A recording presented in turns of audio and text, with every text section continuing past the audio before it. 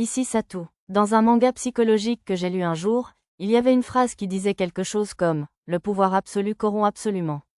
Je suppose que ce mantra pourrait aussi s'appliquer au monde parallèle.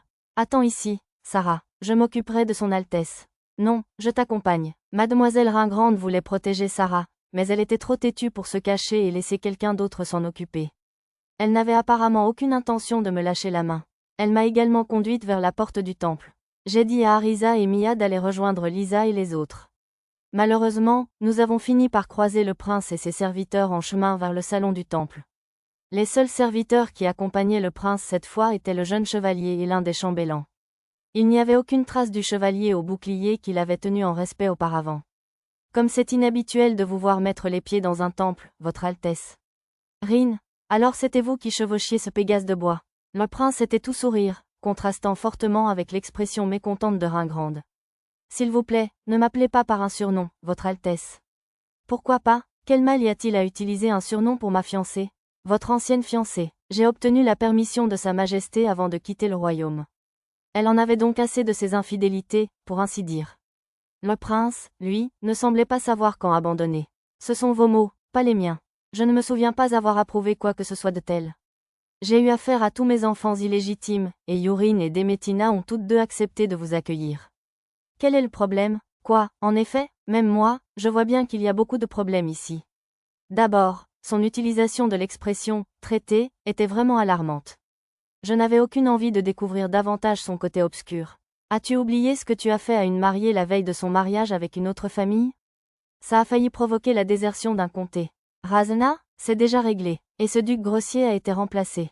Le sourire du prince aurait été on ne peut plus effrayant. Faute d'un meilleur mot, il lui donnait un air sans âme. Alors, qu'est-ce que tu as à faire au temple aujourd'hui? Lançant un regard noir au prince, Sarah intervint pour l'interrompre. Tiens, espèce d'insolent. Le dos de la main du prince se dirigea vers le visage de Sarah. Ah! Un bruit sourd se superposa au cri de Sarah. Il était hors de question que je reste les bras croisés sans la protéger, bien sûr.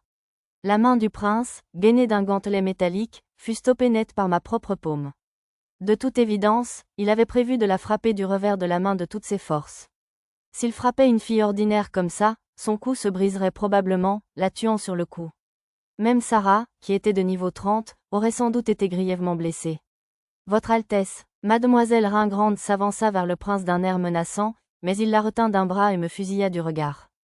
Interrompre ma conversation avec Rin était déjà assez pénible, mais entrer en contact physique avec la royauté? C'est la peine de mort assurée, plébéien. Waouh, on ne m'avait jamais traité de « plébéien » dans la vraie vie. Allez-y, oui, monsieur, je peux les éliminer tous les deux, hein? Le jeune chevalier dégaina son épée. Comment pouvait-on vouloir faire couler le sang dans un temple, dans un monde où les dieux étaient des êtres réels et tangibles? Arrêtez, hurla Ringrande. Désolé, ordre du prince, j'en ai bien peur. L'ignorant, le garçon pointa son épée vers moi. En réalité, il me serait facile de le vaincre au combat, mais je risquais d'avoir de gros ennuis si mon geste était interprété comme une dégainer mon épée contre la royauté. Au lieu de cela, j'ai opté pour la stratégie japonaise classique de défense non agressive. M'interposant devant Sarah pour la protéger, j'ai sorti une serviette mouillée du rangement par le biais du sac de garage et je l'ai utilisée pour intercepter l'épée du jeune chevalier. J'avais oublié de la mettre au linge après le bain de la veille. Qu'est-ce que c'est que ça? Une sorte d'objet magique? C'est juste une serviette. Une serviette? Ne te moque pas de moi. Curieusement, le garçon n'a pas apprécié ma réponse franche. Fou de rage, il s'est jeté sur moi comme un fou furieux. Bon, alors, je croyais t'avoir dit d'arrêter. Juste à ce moment-là, l'épée de Mademoiselle Ringrande s'est levée et a arrêté la sienne. Dieu merci, je ne voulais pas que ma serviette préférée se déchire. TCH, c'est impoli d'interrompre un combat, tu sais. Mais si ça me permet d'affronter la sorcière de la destruction céleste, je serais ravi de m'occuper de ces moins que rien plus tard. Le jeune chevalier se lécha les lèvres avec enthousiasme, mais j'étais presque certain qu'il était largement surclassé. Effectivement, le jeune homme se retrouva sur le sol du temple, une épée brisée, en quelques secondes. Que signifie tout cela? Demanda le prince. J'aimerais vous poser la même question. Vous essayez d'abord de tuer ma petite sœur, puis mon apprenti qui la protégeait? Vous essayez peut-être de forcer le duché d'Ugosh à se retirer du royaume de Shiga, cette fois? Le ton de Mademoiselle Ringrande était empreinte de sarcasme. Cette gamine est votre sœur cadette? Quel enfant terriblement simple. Dire que je dois épouser une telle fille. Pardon? Avez-vous perdu la tête? La remarque du prince fit l'effet d'une bombe, Mais mademoiselle Ringrande aurait pu se faire accuser de trahison avec une telle réponse.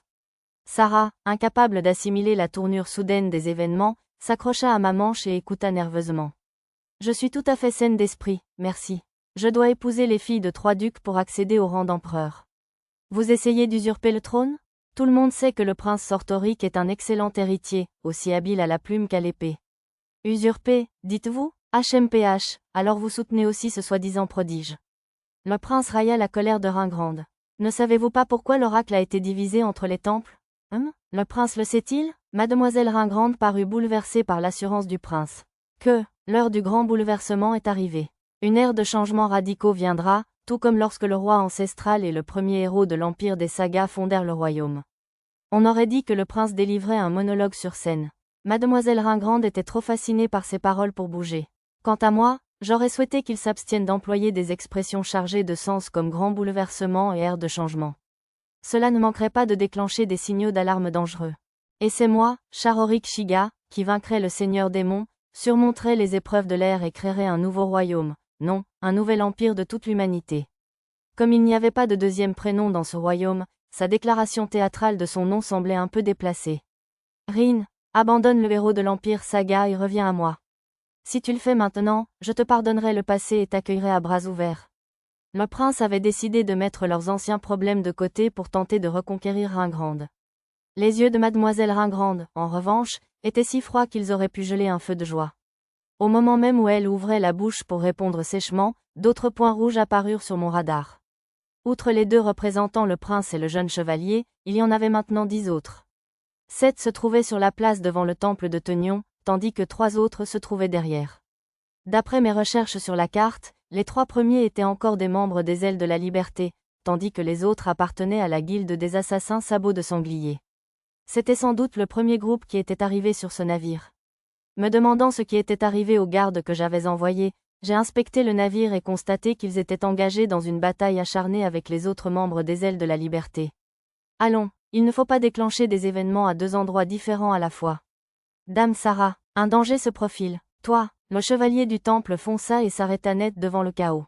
Dehors, les chevaliers du temple combattaient le groupe des Ailes de la Liberté, tandis que les assassins entraient par la porte arrière. Au lieu de se joindre au combat, mes enfants se dirigeaient vers l'entrepôt pour me retrouver. Vu le niveau élevé de mademoiselle Ringrande et du prince, je décidai de leur laisser le soin de repousser les ennemis et d'emmener Sarah avec moi pour rejoindre les autres. Dame Ringrande, je m'occupe de Dame Sarah. Veuillez vaincre les attaquants. D'accord, je suppose. Mademoiselle Ringrande emplit de pouvoir magique un objet semblable à une amulette sous sa cape, ce qui activa les bonus défense anti-flèche et renforcement corporel. Quel objet magique utile? Juste à ce moment, le chevalier du temple, debout près de l'entrée du sanctuaire, s'envola, comme s'il avait été percuté par un camion-benne. GROROROWN. Avec un rugissement étrange, un monstre géant apparut à l'entrée, des tentacules gris foncés sortant de sa tête. C'était un démon infernal mineur, de niveau 30 seulement, mais il possédait 3 capacités raciales inhabituelles, étirement, corps d'acier et régénération. Il serait difficile de le combattre au corps à corps avec des armes ordinaires, mais l'épée sacrée du prince ou la magie de mademoiselle Ringrande devrait le vaincre rapidement. Derrière le démon, des insectes volants argentés à l'aspect mécanique fonçaient dans le temple. Derrière eux, j'aperçus un autre démon infernal mineur, dehors, qui crachait les insectes depuis sa tête en forme de nid. Il semblait posséder les capacités raciales production et mur de défense, ainsi que les compétences foudre, magie et direction. La voilà, c'est la fille, Sarah. Si nous la capturons, nous pourrons encore sauver nos frères et ressusciter Sa Majesté le Seigneur démon. Notre camarade s'occupera des imbéciles qui l'entourent, maintenant qu'il est un démon. Un homme à l'air intellectuel, vêtu d'une robe violette, apparut derrière le démon et lui expliqua gentiment tout leur plan. C'était gentil de sa part. Je suppose que je vais y aller doucement. Maître, instruction, s'il vous plaît. Lisa passa la tête par la porte de l'entrepôt. J'étais fière qu'elle ne se soit pas précipitée. Aidez-moi à protéger Dame Sarah. Dame Sarah, toutes mes excuses. Je la soulevai comme une mariée et me dirigeai vers l'entrepôt. Il s'enfuit. À leur trousse. Tu crois vraiment que je vais te laisser faire? Dégage. L'un des survivants du culte tenta de nous poursuivre et fut aussitôt réduit en charpie par un coup d'épée de mademoiselle Ringrande. Une épée éclair? Est-ce la sorcière céleste de la destruction? Que fait un des disciples du héros ici? L'intellectuel pâlit en voyant l'éclair violet crépiter le long de l'épée de Ringrande. Un éclair s'abattit sur l'homme, mais un gorille surgit pour encaisser le coup. Les hommes qui chargeaient le prince et son jeune chevalier gisaient déjà dans une mare de sang. Ici, on n'a vraiment aucun scrupule à tuer. J'étais un peu nauséeux, mais je m'y suis résigné et je me suis précipité dans l'entrepôt, Sarah dans les bras. Mon radar m'indiqua que des insectes argentés nous poursuivaient. Ils étaient de niveau 15 environ, suffisamment bas pour que mes amis puissent les affronter. Lisa, éliminez ces insectes, s'il vous plaît. Compris, il y en avait 5 derrière nous, un peu trop pour que Lisa seule s'en charge. Tama et Pochi, vous deux, affrontez un des insectes ensemble. Nana, protégez les autres. D'accord, bien sûr, monsieur, oui, maître. Les filles bêtes se précipitèrent sur les insectes, armes prêtes. Moi aussi, je peux me battre. Alors, occupez-vous-en d'un aussi, dame Karina. Je donnai rapidement une mission à mademoiselle Karina. À son niveau, elle ne pourrait probablement pas la vaincre, mais avec la barrière de Raka, elle devrait au moins pouvoir tenir le coup. Tandis que je déposais Sarah au sol, j'utilisais ma main libre pour éliminer les 2 insectes restants avec des cailloux du stockage. Les insectes explosèrent sous l'impact, leurs restes se dispersant partout. Ce serait difficile à nettoyer ensuite. Sarah, reste près de Nana, s'il te plaît. Bien sûr, Nana équipa un bouclier cerf-volant du stockage. Son bouclier habituel était trop grand pour y rentrer. Arisa, prends ça. D'accord. Mademoiselle Karina sortit la cloche de scellement des démons de sa poitrine et la lança à Arisa. Dès qu'elle l'attrapa, Arisa la remplit de magie jusqu'à ce qu'elle brille en bleu, puis la fit sonner pour ralentir immédiatement les nuisibles argentés. Satou, maître, encore des insectes. Entendant Mia et Lulu crier, je me suis retournée vers l'entrée et j'ai vu un homme gardé par 2 insectes. C'était le costaud qui avait pris la foudre pour l'étudiant tout à l'heure. Quoi, ça ne marche pas, s'est écriée Arisa, surprise. Elle avait dû essayer d'utiliser la magie psychique sans chance sur le cultiste massif. Arisa, cache-toi derrière Nana avec Mia. Je me suis placée devant Nana en parlant, les yeux rivés sur l'homme musclé. C'est un démon. Comme prévu, le corps de l'homme gonfla démesurément. En grandissant, il fracassa le mur entre le temple et l'entrepôt, projetant pierre et poussière. D'après mon art, c'était un démon infernal intermédiaire de niveau 45. Il ressemblait à un taureau bipède à la peau violette. Je marchais vers lui d'un pas ferme, tenant à la main l'épée de fée que j'avais sortie du sac de garage. Pour m'intimider, le démon renifla et lança des flammes rouges de sa gueule entr'ouverte. GELWBAOOWN. Tandis qu'il rugissait, une multitude de boules de feu se formèrent autour de lui.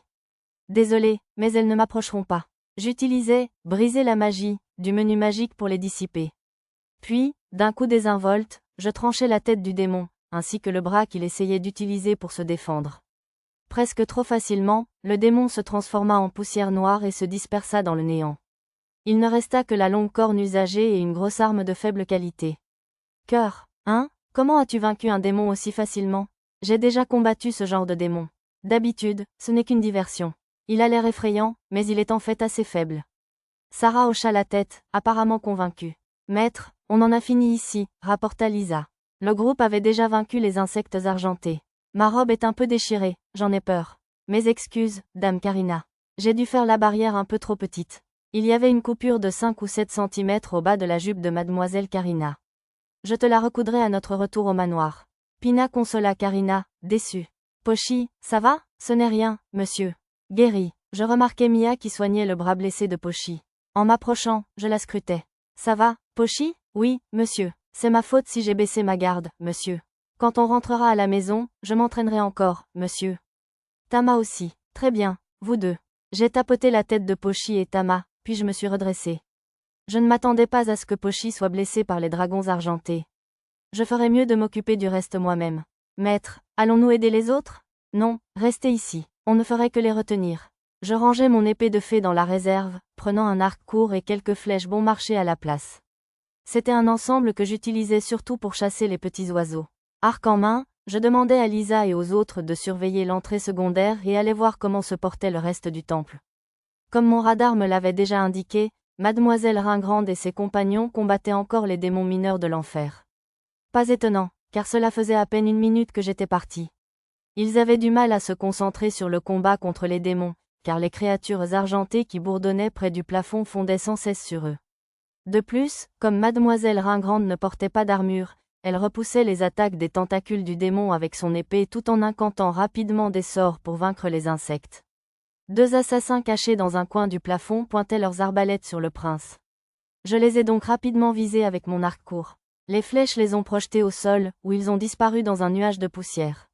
Ma compétence, oui fine, a détecté 2 craquements secs, des os brisés. À en juger par la lenteur de leur PV, ils ne devraient pas être en danger immédiat. Lorsque l'un d'eux a obstinément sorti une sarbacane pour viser le prince, je les ai tous deux assommés avec un morceau de bois trouvé par terre. Je ne tenais pas particulièrement à protéger le prince, mais s'il était tué dans le temple de Tenion, cela pourrait causer des ennuis à Sarah et aux autres prêtresses. Remarquant que je l'avais sauvé, le prince a grimacé en repoussant le démon à tête de nid. Je ne vais pas dire que tu me dois quelque chose. Dépêche-toi de le battre. J'avais plein de flèches, je suppose que je pourrais aider un peu. Il ne serait pas trop difficile de vaincre les insectes argentés, mais j'ai décidé d'élaborer une stratégie en tirant simplement sur leurs ailes. Les énormes insectes se balançaient dans tous les sens, comme un mouvement brownien. Ils sont restés immobiles une fraction de seconde, changeant de direction. J'ai attaqué à ce moment-là. Tirant des flèches l'une après l'autre, je les ai abattus facilement. Le jeune chevalier, qui avait titubé sur le champ de bataille, a commencé à éliminer les insectes frétillants avec les restes de son épée de mithril. Les nuisibles le frappaient parfois du bout de leurs ailes tranchantes, ce qui le mettait en sang. J'avais prévu de les faire achever par mes enfants pour augmenter leur niveau, mais je suppose qu'il valait mieux éviter ça. Bravo, s'est écrié le prince. Sans ces petits poissons pour nous gêner, nous vaincrons en un rien de temps. Préparez-vous à être témoin de la puissance d'une épée sacrée. Avec ce dernier cri, Charoric commença à emplir son épée sacrée, Clédiam Solui, de puissance magique. Arrêtez les discours et battez-le, s'il vous plaît. Émettant une lumière bleu pâle, l'épée détruisit d'un seul coup la barrière magique du démon à tête de nid. Je suis impressionné, démon. Rares sont ceux qui résistent à une attaque d'épée sacrée. Avec des cris encore plus insensés, le prince brandit son épée dans l'autre sens. Le démon croisa ses bras ramifiés pour attraper l'épée sacrée. L'épée déchira les membres du démon, mais ne parvint pas à les trancher complètement et s'en mêla. Clédiam Solui n'était peut-être pas aussi puissant que les autres épées sacrées? Ou peut-être ne pouvait-il pas déployer toute sa puissance sans le titre de héros? Mademoiselle Ringrande, quant à elle, créa de petites explosions magiques pour dissiper les tentacules qui se dirigeaient vers elle, puis se glissa par l'ouverture pour trancher la tête du démon avec son épée magique à lame enchantée. Rin, ne baisse pas ta garde. Ce n'est pas fini, criai-je à Mademoiselle Ringrande tandis qu'elle se tournait pour aider le prince. Je n'avais pas le temps de crier son nom interminable, d'où son surnom. Espérant qu'elle me pardonnerait. De mon arc court, j'abattis le tentacule gris tranché qui s'apprêtait à trancher la jambe de Ringrande. Mademoiselle Ringrande découpa précipitamment le démon décapité qui s'élançait vers elle, puis lui fendit la tête en deux sur le sol, le réduisant finalement en poussière noire. Merci, Satou. Mademoiselle Ringrande jeta un coup d'œil au prince. On dirait bien qu'il a fini aussi. Oui, on dirait bien. En répondant, je tirai un dernier coup. La flèche effleura la joue du prince en passant à côté de lui.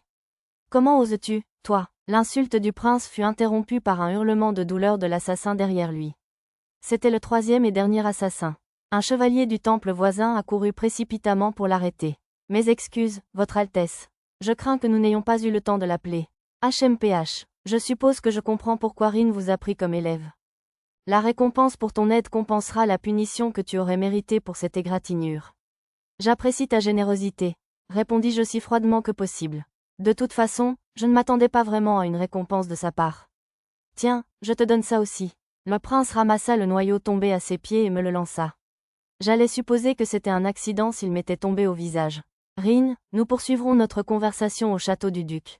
Viens dans ma chambre à ton retour, commenta le prince à Ringrande avant de partir, l'air un peu déçu que j'ai si facilement arraché le noyau en plein vol. As-tu déjà oublié Sarah, prince? Quel idiot! Pourquoi ferais-je ça? Après le départ du prince, Mademoiselle Ringrande lança un regard noir à la porte, murmurant entre ses dents. Je ramassai les petites cornes éparpillées au sol, ajoutai celles que j'avais déjà sous la main et les donnai à Ringrande. C'était un calcul pour cacher la longue corne lâchée par le démon infernal intermédiaire.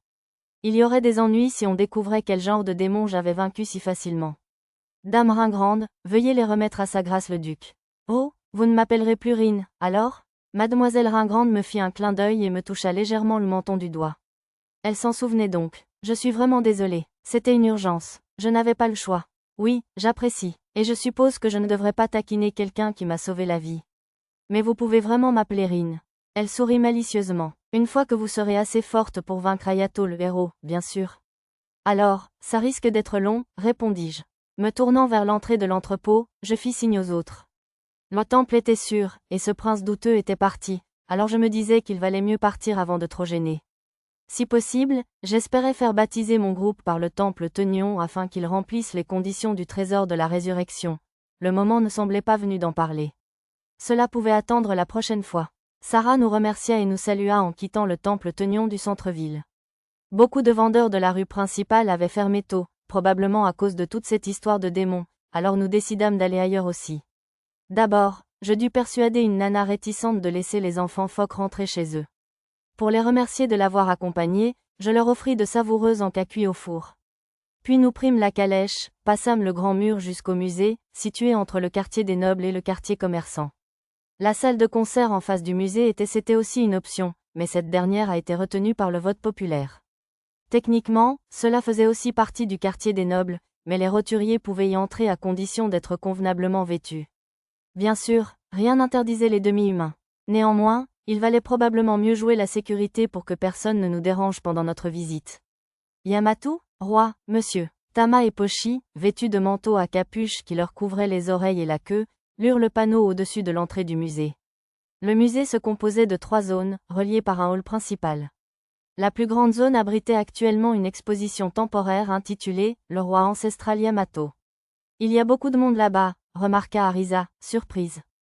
L'exposition temporaire était aussi bondée qu'une attraction populaire de parc d'attractions. Vous avez raison, on dirait qu'on ne peut pas obtenir de passe rapide. Allons d'abord voir les autres zones. D'accord, oui, monsieur. Il y avait de toute façon un ordre de visite recommandé, alors nous avons décidé de suivre cet itinéraire. La première zone était principalement consacrée aux spécimens empaillés et aux squelettes. Une paroi vitrée protégeait les plus précieux, tandis qu'un panneau indiquait que les expositions ouvertes étaient principalement consacrées à des spécimens locaux et qu'on pouvait les toucher librement. Attention, messieurs, allez-y sans moi, je vais les retenir, messieurs. C'est votre tasse. Pochi, on va vaincre le seigneur démon. Venez nous trouver, les gars, s'il vous plaît, ne faites pas tout un numéro. Regardez simplement autour de vous normalement. Et Tama, vous voulez dire, c'est votre tasse? Que signifierait, c'est votre tasse? Maître, ne peut-il pas bouger? Je vous demande. Nana désigna un animal empaillé qui ressemblait à un croisement entre un martin-pêcheur et un écureuil. Non, parce qu'il est empaillé. Peut-être qu'un nécromancien pourrait le faire bouger. Oh, maître, regardez ça. C'est trop mignon. Personnellement, je trouvais Lulu bien plus mignonne. Un animal étrange, non? Il a de toutes petites ailes pour un oiseau. Pingouin. Lulu, Lisa et Mia examinaient tout un pingouin en peluche. Alors, il y avait des pingouins dans ce monde aussi. Heureusement, il n'y avait pas d'homme pingouin en peluche. Mais pourquoi n'y avait-il personne d'autre que nous? Cet endroit était étrangement impopulaire. L'ambiance était assez similaire à celle des musées japonais, mais avec des spécimens monstrueux parmi les expositions, c'était vraiment plus percutant. On dirait qu'il pourrait surgir et vous mordre à tout moment. Effrayant? Je n'ai pas peur. C'est juste un taxidermie, monsieur. Abandonnant leur petit drame, les filles bêtes se rassemblèrent autour d'une grande créature en peluche appelée « tigre de forteresse ». Oh, Pochi, viens ici une seconde. J'arrive, monsieur. Pochi s'approcha en titubant, et je la soulevai, tendant sa main vers une bête à l'air féroce. Ça ne me fait pas peur, monsieur. Pochi leva les yeux au ciel. Je vais te dévoiler. J'utilisais ventriloquie pour la taquiner d'une voix étrange. Son air peu impressionné disparut aussitôt, et elle se débattit dans mes bras. Ne me mangez pas, monsieur. Je n'aurai pas bon goût, monsieur. De la viande, savoureux. La viande, c'est bon, mais je ne suis pas de la viande, monsieur. Alors vous ne pouvez pas me manger, monsieur.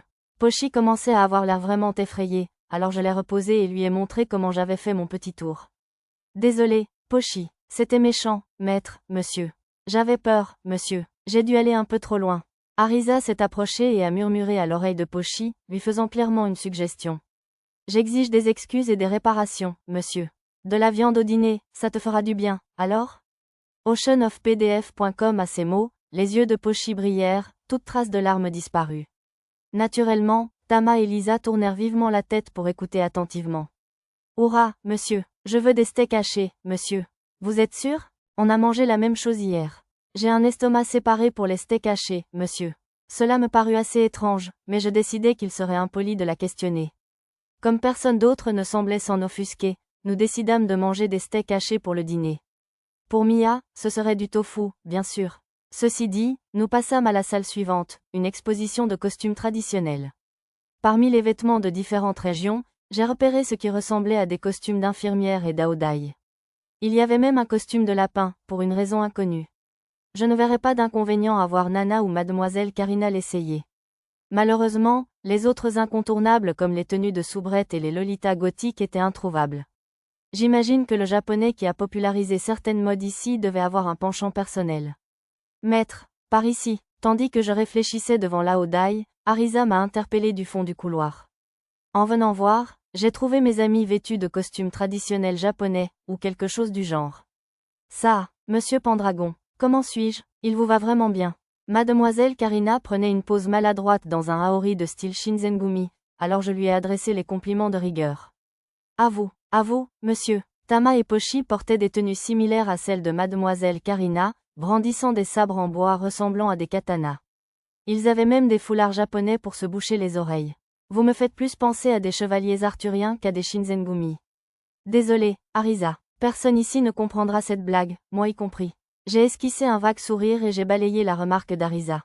Mais ces objets ne sont-ils pas seulement destinés à être exposés? Non, pas cela. On les a achetés là-bas, au rayon souvenirs. En allant jeter un œil, j'ai trouvé toutes sortes de choses à vendre. J'ai décidé d'en acheter aussi, surtout des petits objets comme des éventails. Ce serait de bons souvenirs à envoyer à Zena, à Seryu, avec ma prochaine lettre. Regarde, il y a aussi des épingles à cheveux. J'en achèterai peut-être une. Arisa, ce n'est pas prudent de gaspiller de l'argent. Lisa la réprimanda en contemplant les épingles. Ne t'inquiète pas, il m'en reste encore beaucoup grâce au salaire que j'ai reçu de mademoiselle Nina. Les biens d'une esclave appartiennent à son maître. On ne doit pas les dépenser sans permission.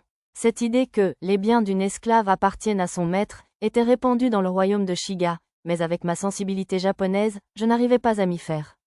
Lisa, vous pouvez utiliser votre argent de poche comme bon vous semble. Très bien, si tel est votre souhait, maître. Lisa était perplexe, mais elle accepta mon décret sans autre commentaire. Dépenser son argent de poche pour des choses qu'on désirait était le meilleur moyen d'en connaître la valeur, à mon avis.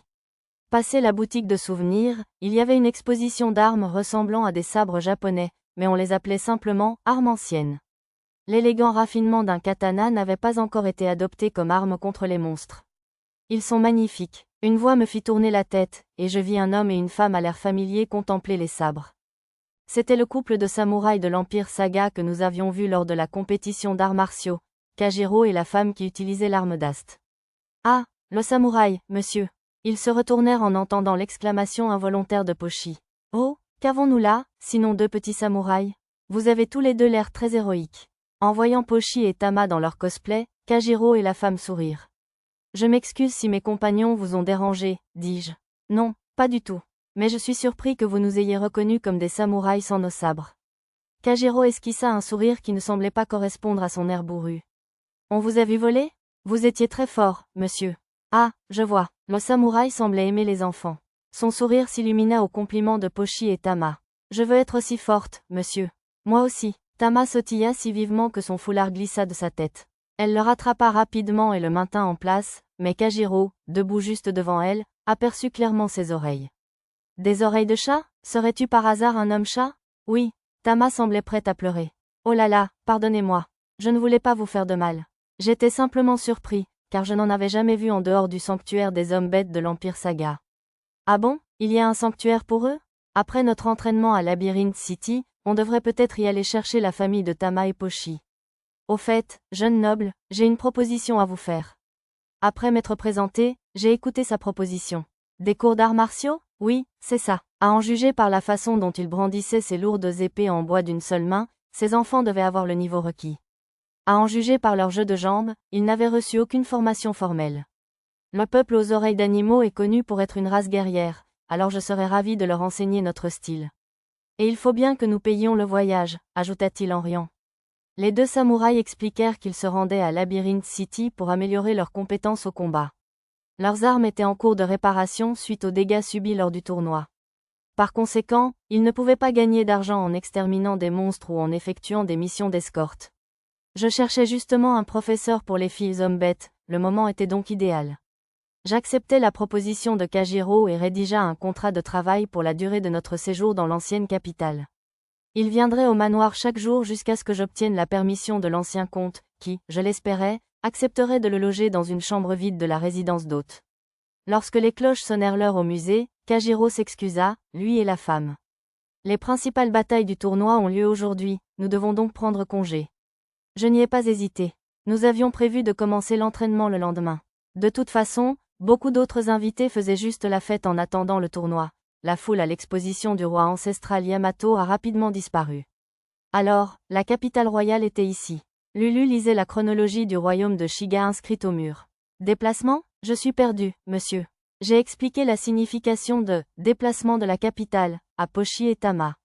Le royaume de Shiga a été fondé dans cette ville. Lorsque la capitale royale a été déplacée à son emplacement actuel, celle-ci est devenue l'ancienne capitale, marquant le début du règne du roi Charorik II. Son nom était très différent de celui du troisième prince actuel, malgré le même nom. Nous avons suivi l'itinéraire prédéfini, où les objets étaient disposés par ordre chronologique. Ah, je connais celle-ci. C'est une peinture représentant la guerre des demi-humains du roi Fugartaf. Arisa désigna du doigt un tableau représentant diverses espèces de demi-humains et d'humains s'entretuant. Apparemment, une copie de ce même tableau se trouvait dans le château où elle vivait. Il y a 400 ans, une persécution massive contre les demi-humains déclencha une grande guerre avec les pays demi-humains à l'est et au nord-ouest du royaume de Shiga. Cette guerre fit le plus de victimes parmi toutes celles non liées aux démons du dernier millénaire. Finalement, même les elfes et un héros invoqué de l'Empire Saga s'engagèrent pour arrêter le carnage. Ce tableau fut peint à l'époque du sage roi Zara, qui succéda au roi Fu et restaura une dynastie. Il devait rappeler aux générations futures qu'une persécution extrême ne pouvait mener qu'à la tragédie. À ma connaissance, la persécution et la discrimination avaient encore une emprise sur ce royaume, mais c'était peut-être mieux que lorsqu'un demi-humain était tué à vue. Après quelques images tout aussi sanglantes, un tableau s'appuyait contre le mur. Ce qui a attiré mon attention. C'était une simple scène, une simple porte au sommet d'une colline. Curieux, je l'ai examiné de plus près. Ah bon? Au bout de quelques instants, la porte du tableau s'est ouverte et une petite fille est apparue et m'a fait signe. Une peinture à l'huile en mouvement? Ça, c'était du fantastique classique. Je lui ai fait signe en retour, et la fille a réagi avec joie. Très interactif. Elle m'a fait signe de venir de l'intérieur. Instinctivement, j'ai fait un pas en avant, mais... c'est énorme, monsieur. Tama et Pochi ont choisi ce moment pour m'attaquer de côté. La soudaineté m'a surprise, mais elles étaient trop légères pour me faire chanceler. Qu'y a-t-il, vous deux? Venez par ici? Il y a quelque chose d'incroyable ici, monsieur. Le couple, tout excité, me prit par les mains et m'entraîna vers la pièce voisine. Jetant un coup d'œil par-dessus mon épaule en quittant la pièce, je constatais que le tableau que je contemplais avait disparu. Puisqu'il était par terre, il était probablement simplement en train d'être déplacé. S'il en existait d'autres comme celui-ci, j'aimerais les montrer à tout le monde. Regardez, c'est incroyable, monsieur. Tama et Pochi m'entraînèrent dans une salle où était exposée une immense tapisserie. Elle était immense, environ 5 mètres de haut et 50 mètres de long. D'après l'étiquette du musée, sa réalisation s'était échelonnée sur plus de 40 ans. Maître, le Seigneur Démon est très grand et dangereux, à mon avis. Nana désigna un pan de la tapisserie d'un air grave. Elle représentait un monstre gigantesque à tête de sanglier qui éclipsait le château en contrebas. Le Seigneur Démon géant apparut devant le grand roi ancestral Yamato, piétinant un château sous ses pieds. Une voix claire retentit derrière nous. Je me retournai et découvris une scène installée au fond de la salle. Un orchestre assurait la musique d'ambiance tandis qu'un ménestrel, debout au centre de la scène, décrivait les scènes de la tapisserie. J'écoutais la voix tout en contemplant la tapisserie. Les principaux acolytes du Seigneur Démon, les démons vétérans aux 6 couleurs, ont causé bien des ennuis aux armées humaines.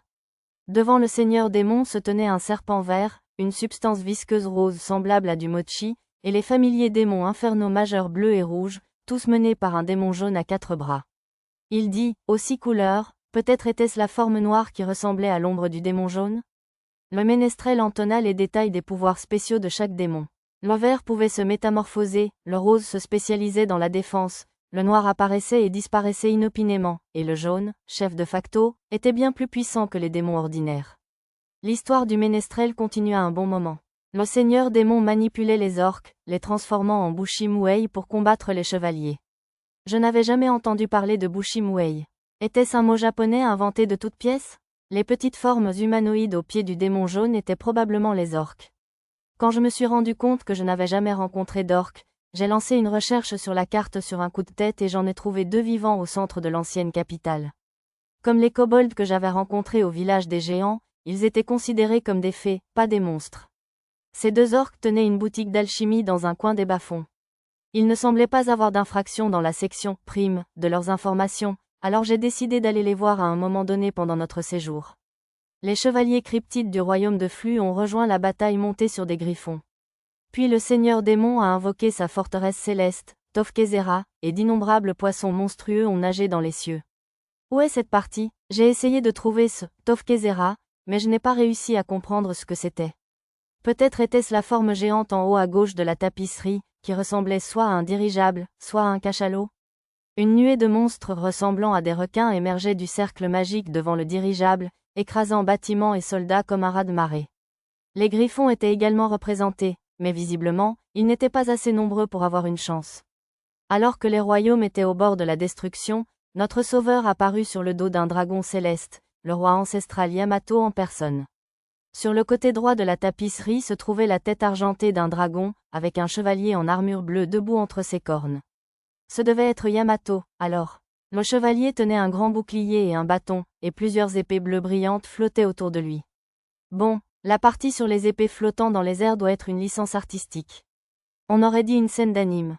D'abord, l'épée sacrée Clédiam Solui ne volait pas lorsque le prince l'avait utilisée contre ses démons plus tôt. Alors, ce brave personnage doit être le roi ancestral Yamato. Aussi grand qu'il ait pu être, je ne crois pas qu'un dragon autoriserait quiconque à monter sur sa tête. Mademoiselle Karina semblait impressionnée, mais Lisa beaucoup moins. Peut-être que son peuple considérait les dragons comme des créatures sacrées. Un chevalier dragon? Ça, c'est chaud. Je soupçonnais fortement qu'Arisa ne faisait pas référence à la température. À côté d'elle, Mia hocha sagement la tête. Je décidai de ne pas vouloir savoir pourquoi. Arisa, s'il vous plaît, ne corrompez pas trop la culture de ce monde. Maître, il y a une réplique de l'épée sacrée là-bas, je vous le signale. Me retournant pour regarder dans la direction indiquée par Nana, je vis une statue en bronze de 3 mètres de haut du roi ancestral Yamato, ainsi qu'une réplique tout aussi gigantesque de Clédiam Solui. Si je me souviens bien de la vraie statue, cette taille doit être exagérée pour souligner la grandeur du roi. En y repensant, la statue du roi ancestral que j'avais vue à Sedom, dans le comté de Kuano, était tout aussi grandiose. Je suppose que c'était la taille standard des statues de Yamato. Alors que nous admirions la statue du roi ancestral, une calèche est arrivée pour nous prendre. Il était manifestement temps pour nous de visiter la demeure de Tolma et du vicomte Siemon. Nous nous sommes arrêtés pour déposer tout le monde, sauf Arisa et Nana, qui souhaitaient nous accompagner. Puis la calèche nous a conduits au domaine du vicomte. L'homme avait un nez crochu, des sourcils froncés, une moustache soignée et des cheveux blonds dorés tirés en arrière. Son regard était intense, plein de force et de détermination. L'homme était si sérieux qu'il était difficile de croire qu'il était le frère de Tolma. À en juger par ses traits un peu vieillis, il pouvait même passer pour le père de Tolma. Il paraissait certainement plus âgé que 34 ans. Je vous remercie d'avoir sauvé la vie de Tolma. Étrange. Pour une raison inconnue, ces remerciements ressemblaient davantage à une réprimande de mon patron. C'était le frère aîné de Tolma, Osaris Siemon. Les seules personnes présentes dans la pièce étaient les deux frères, Arisa et moi. Dès notre arrivée, Nana a voulu se rendre dans la maison voisine où logeait la famille de Tolma, et je l'ai laissée faire. À ce moment-là, elle devait être folle de la petite Mayuna. Désolé, monsieur Satou, mon frère parle toujours comme ça. Quelle impolitesse, Tolma. Qu'est-ce qui ne va pas avec ma façon de parler, dis-moi, je t'en prie. Ces paroles étaient assez normales en elles-mêmes, mais quelque chose dans le ton d'Osaris le faisait ressembler à un professeur strict s'adressant à un élève particulièrement décevant. Inexplicablement, Arisa était sur le point de baver. Je ne pouvais m'empêcher d'être préoccupé par l'étincelle dans ses yeux. Quoi que tu fantasmes, garde-le pour toi. La conversation se poursuivait, ressemblant davantage à un entretien d'embauche qu'à un accueil chaleureux au salon. Tolma avait déjà informé le vicomte de mes priorités, à savoir acheter des parchemins à l'entrepôt et en commander d'autres, si bien que tout s'est arrangé sans difficulté. Le fait que je lui montre mon permis du duc a été un atout, bien sûr. Si la collection de parchemins est votre passion, aimeriez-vous visiter notre atelier? Vraiment? J'étais si enthousiaste face à ce retournement de situation inattendu que je me suis instinctivement penché en avant sur la table.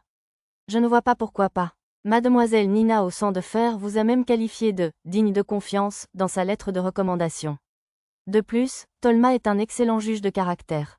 Quel gentleman! Je l'imaginais même devenir un président d'entreprise charismatique dans le Japon moderne. Mon « oui fine » a suscité une conversation dans le couloir.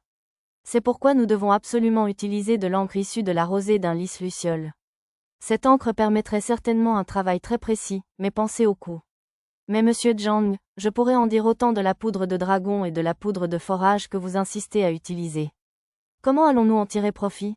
Ce devaient être les artisans parchemins que monsieur Osaris avait appelés. Vous avez besoin de nous, monseigneur? À votre service, seigneur Osaris.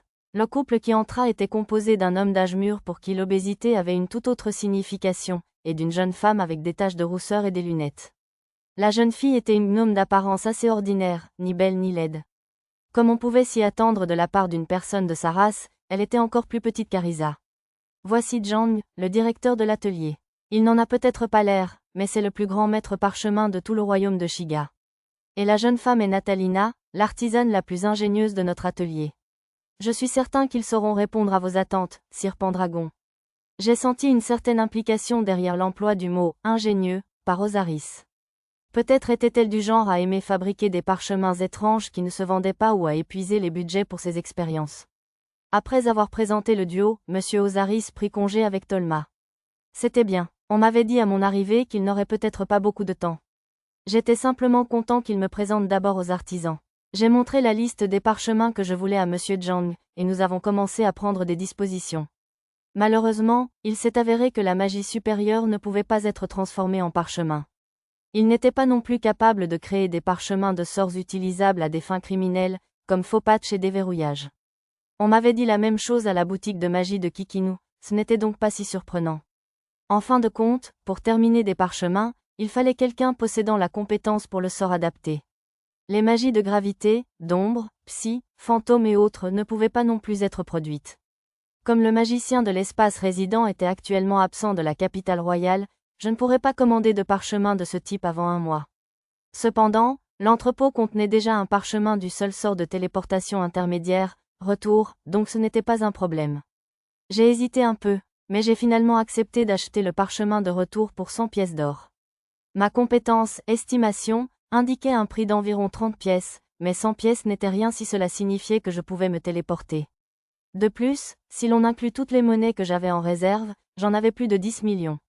De plus, bien que techniquement possible, la création de parchemins de magie sacrée était interdite pour des raisons religieuses.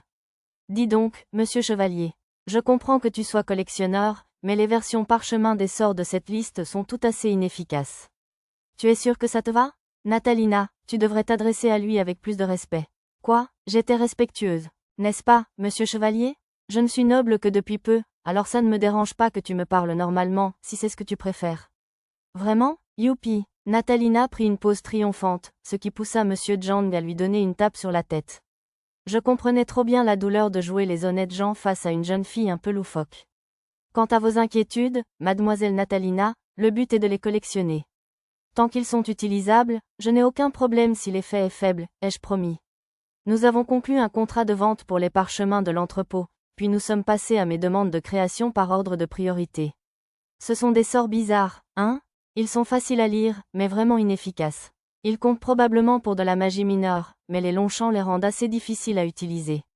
Natalina pencha la tête en observant mes sorts faits main. Mes sorts étaient considérablement différents des sorts standards, car j'avais adopté une approche de programmation structurée. Ils étaient très lisibles et efficaces, mais leur efficacité magique et leur durée étaient bien inférieures à celles des sorts traditionnels. Je ne pouvais pas y faire grand-chose. Personnellement, les inconvénients étaient pratiquement insignifiants. Serez-vous capable d'en faire des parchemins? Ouais, pas de problème. Ils sont un peu bizarres, mais ils suivent quand même les règles normales de la magie, alors je pense pouvoir comprendre. Monsieur, remarquant le regard noir de monsieur Zhang, Natalina ajouta précipitamment un titre honorifique d'un ton d'excuse. Eh bien, sire chevalier, il faudra un certain temps pour préparer l'inventaire de votre commande. Souhaitez-vous voir l'atelier en attendant? Oh oui, s'il vous plaît. Nous sommes allés le visiter. J'ai emmené Arisa avec moi pour tromper son ennui évident. L'atelier était souterrain, sous la propriété du vicomte, et sa sécurité était assurée par des personnes et du matériel magique. Les gardes étaient tous de niveau 20 ou plus, avec des compétences d'espionnage comme détection et observation. Il y avait aussi des objets magiques de surveillance et des alarmes, dont de petits golems de garde qui patrouillaient autour des conduits d'aération. Bien qu'il n'ait pas pu me donner de détails, l'atelier était visiblement très bien protégé contre toute forme de magie d'espionnage. L'atelier était également divisé en plusieurs petites salles, chacune réservée à des étapes spécifiques du processus. De ce fait, très peu de personnes connaissaient réellement le processus dans son intégralité. Certes, il était inefficace, mais garder leur technique secrète semblait primordial. Ils étaient extrêmement minutieux. Le papier des parchemins était fabriqué ailleurs. Lorsque je l'ai examiné, les résultats indiquaient des choses comme papier pour parchemin, B. D'après les conversations des artisans, j'ai compris que de la poudre de noyau était nécessaire à la fabrication de l'encre. Il s'est avéré que M. Ozaris était venu dans la capitale royale exprès pour s'approvisionner en noyaux de haute qualité. Ce nécessaire à la fabrication d'un parchemin magique intermédiaire ne pouvait être obtenu que sur des monstres puissants de niveau 30 ou plus. Le noyau brut qu'ils m'ont montré en exemple était d'un rouge encore plus profond que ceux que j'avais obtenus des tritons durs il y a quelque temps. C'est dans cette salle que l'encre est fabriquée. Monsieur Zhang m'a entrouverte la porte et m'a laissé jeter un coup d'œil à l'intérieur, mais je n'ai pas été autorisé à entrer. Ils étaient en train de fabriquer de l'encre pour parchemin, dans cette salle. J'ai pu identifier la plupart des ingrédients, dont l'encre pour parchemin, B. Le processus m'a semblé très complexe. Il ne s'agissait pas seulement d'écrire les sorts sur du papier spécial avec de l'encre spéciale. Il y avait plusieurs autres étapes nécessaires. Par conséquent, même les parchemins standards prenaient 2 à 4 jours à fabriquer, et les commandes personnalisées prenaient plusieurs jours de plus. Après la visite de l'atelier, nous sommes retournés au salon pour trouver une petite montagne de parchemins qui nous attendait. Il y avait beaucoup de sorts intéressants dans l'entrepôt, outre le sort de retour que j'ai mentionné plus tôt. J'ai acquis 3 sorts magiques d'attaque intermédiaire, tempête de glace, tempête de tonnerre et implosion. 5 sorts d'attaque mineure environ, dont lancer de pierre et canon à air. 4 sorts magiques de défense, bouclier flexible, canopée, coussin d'air et section de mana. 2 autres sorts d'interférence magique, transfert de mana et drain de mana. 3 sorts d'opération, main magique, fil magique et marche flottante. 2 sorts de soins, soins d'eau et soins d'aqua. Le sort anti-espionnage champ secret. Et 4 sorts de soutien, enchantement, protection magique, enchantement, protection physique, enchantement, lame étincelante et enchantement, bouclier. Si je parvenais à maîtriser tous ces sorts, la suite de mon aventure serait bien plus facile. Voici les sorts personnalisés que j'ai commandés. Parmi les livres de sorts existants, j'ai choisi 3 sorts de magie du quotidien, lavage doux, séchage et bandage, 2 sorts de soins, élimination du poison et guérison des maladies, et 2 sorts de fusion, échantillonnage de métal et fonte de métal. Concernant les sorts originaux, j'ai commandé les sorts de combat interpersonnel étourdissement léger et étourdissement à distance, 3 sorts pour la création d'objets magiques, contrôle liquide, contrôle aérien et contrôle électronique, 2 sorts pour le plaisir, le sort de magie du feu, feu d'artifice, et le sort de magie de la lumière, illusion de feu d'artifice, et 3 sorts expérimentaux, tireur, sortie standard et vue graphique. Sortie standard était simplement conçue pour afficher le texte « Bonjour le monde » dans mon journal de bord, tandis que la vue graphique devait ouvrir une fenêtre rectangulaire avec le même texte sur mon écran de menu. Ces 2 sorts n'avaient de sens que pour moi, mais s'ils fonctionnaient, je prévoyais de développer des sorts comme enregistreur de son et photo.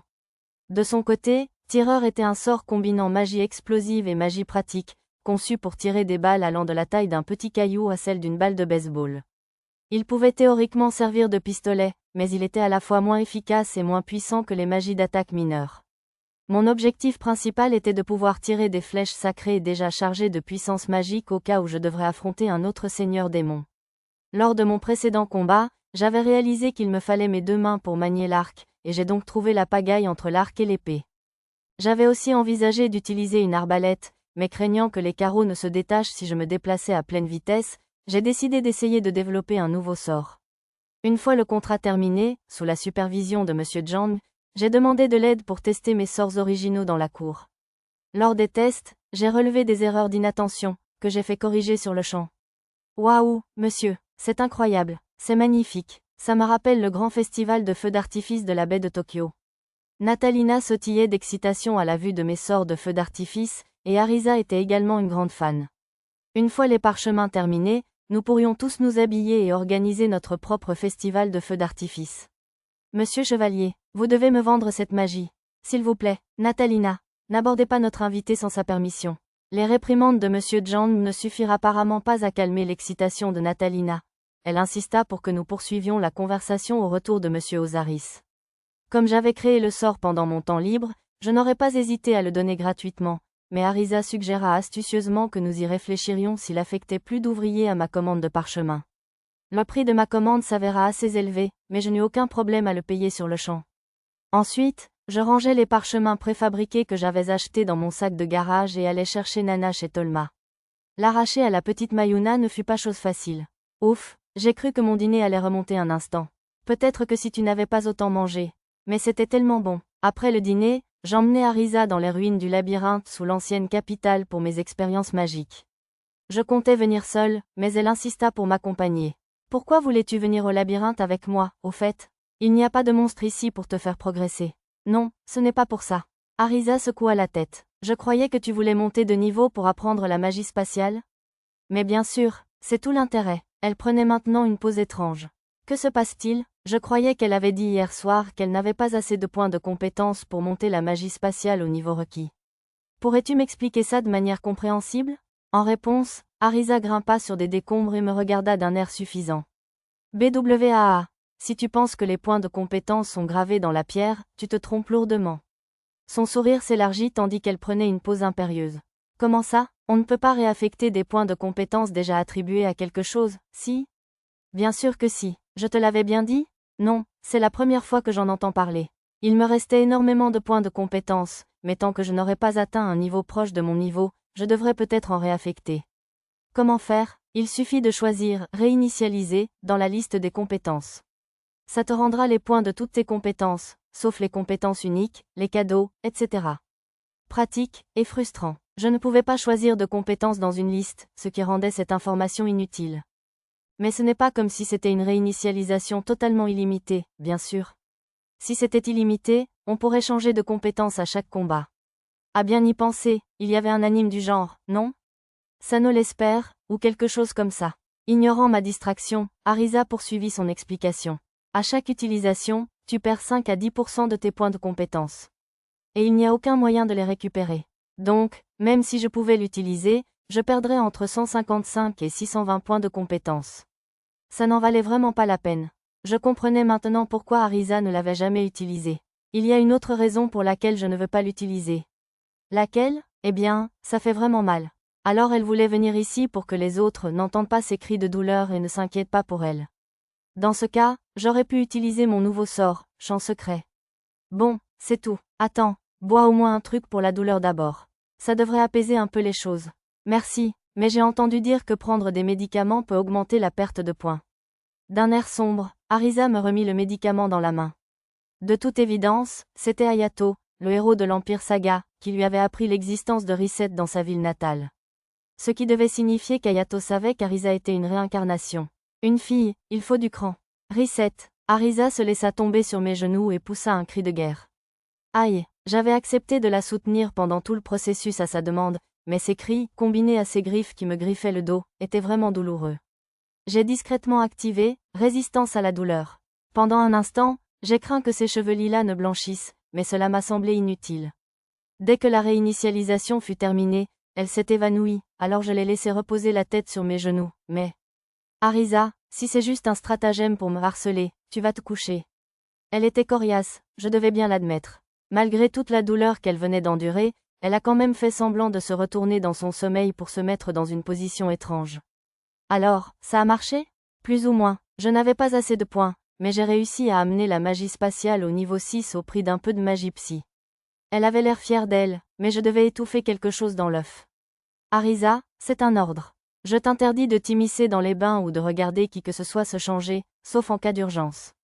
Quoi? Allez. Tu pourrais au moins attendre de me prendre en flagrant délit. Ne prive pas une jeune fille pure de son minuscule petit avertissement. Alors, elle avait vraiment l'intention de le faire. Je le savais. Comme Arisa voulait aller quelque part où elle pourrait utiliser la magie à sa guise, nous nous sommes aventurés au niveau intermédiaire du labyrinthe. C'est donc ici que tu as combattu le Seigneur Démon? Non, c'était plus profond. Je veux voir. J'ai essayé de lui dire qu'il n'y avait rien là-bas, mais elle a insisté, et je l'ai emmenée au niveau inférieur. J'ai cru que j'allais mourir. Oceanofpdf.com elle exagérait vraiment. J'avais pris soin de ralentir avant de prendre des virages serrés. Titubant légèrement en la remettant debout, Arisa trébucha jusqu'à l'hôtel où la cérémonie avait eu lieu et observa la grotte. Dites, maître, avez-vous obtenu le titre de vrai héros pour avoir vaincu le Seigneur Démon? Hochant la tête, je changeai mon titre en vrai héros pour le prouver. Waouh, vous l'avez vraiment fait. Arisa entrelaça ses mains derrière son dos et se détourna de moi. Alors, ça veut dire. Sa voix s'éteignit. Elle ne semblait plus aussi naturelle qu'avant. Ça veut dire, vous savez, que vous retournez au Japon? Arisa se stabilisa et me regarda. Hein? Que veux-tu dire? On doit encore ramener Mia à la maison, et après on s'entraîne à Labyrinth City, tu te souviens? Et puis, une fois que tout le monde sera plus fort, je veux voyager à travers le monde ensemble et vivre d'autres aventures. Même si je retourne au Japon, ce ne sera pas pour longtemps. Voyant des larmes dans les yeux d'Arisa, je répondis le plus légèrement possible. Bien sûr, je ne savais même pas si je pourrais retourner au Japon. D'où ça vient, au fait? Lui demandai-je doucement après avoir essuyé ses larmes et attendu qu'elle se calme.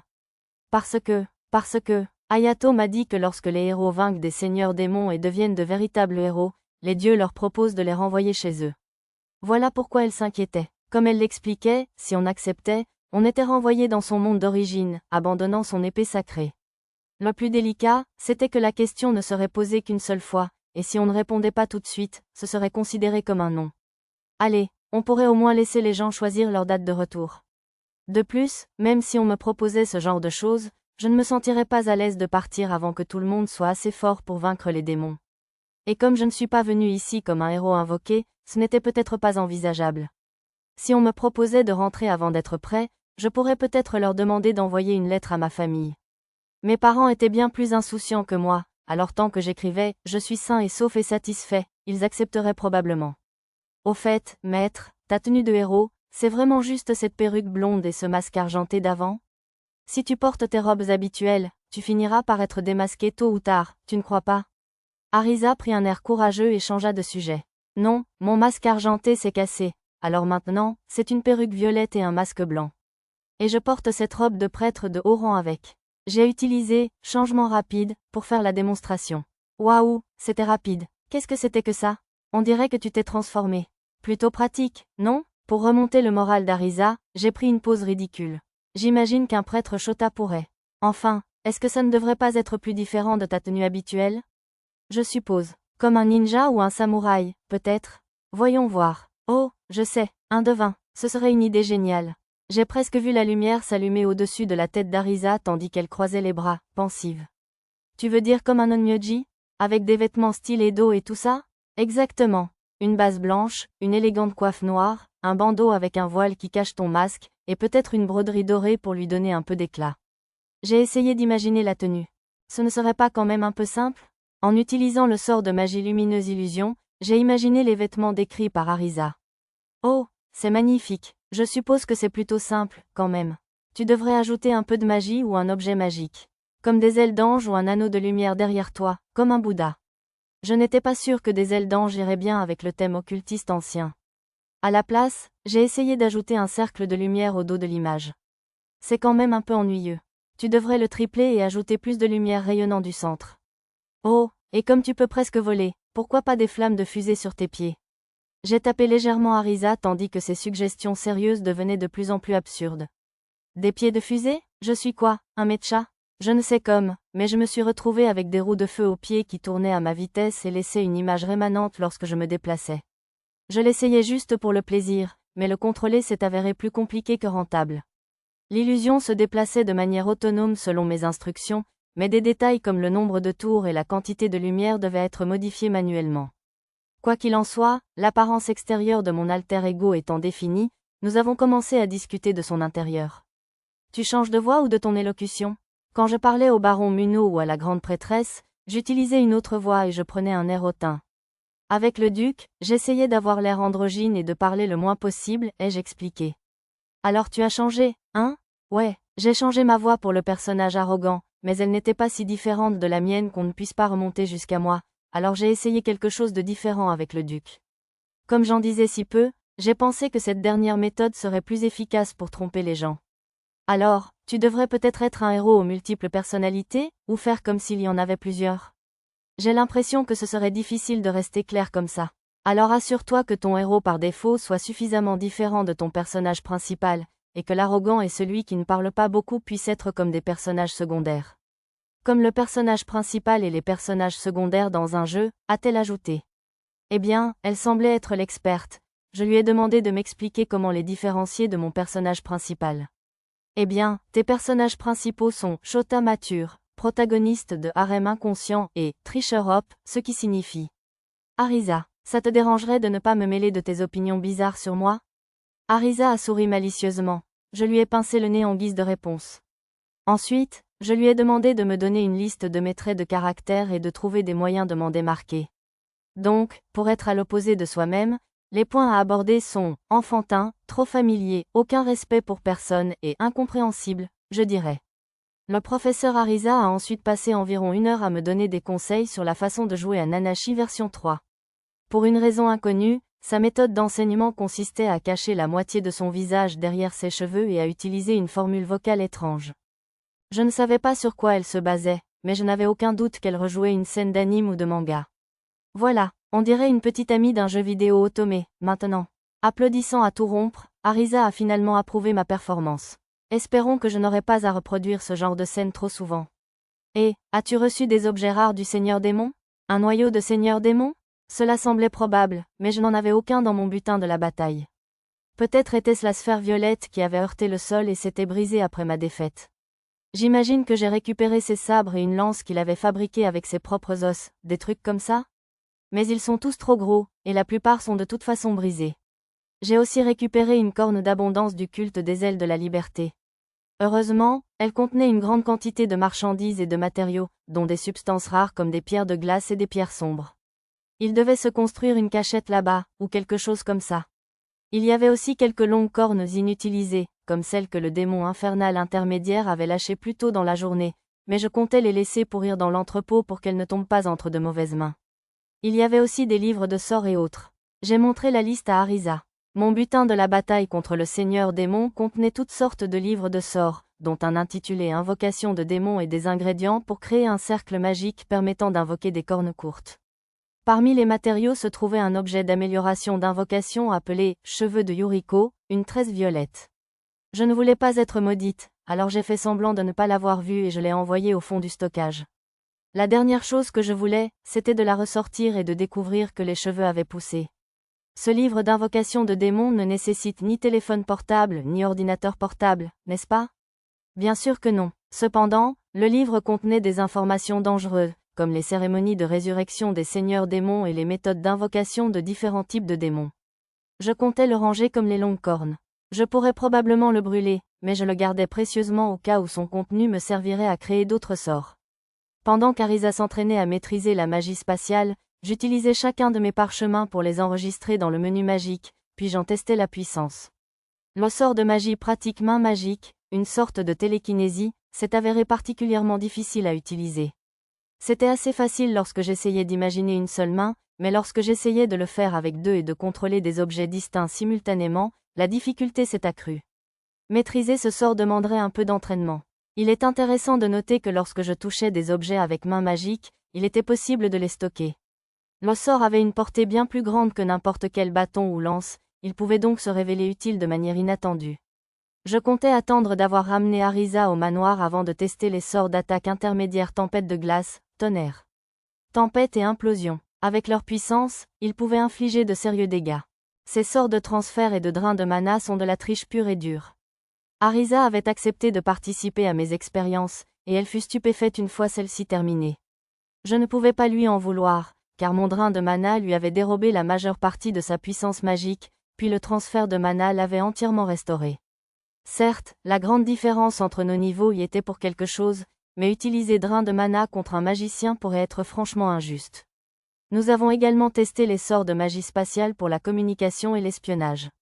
Lorsque nous avons expérimenté la clairaudience et la clairvoyance l'une sur l'autre, Arisa n'a rien détecté d'anormal lorsqu'elle en était le sujet, mais j'ai ressenti un léger malaise.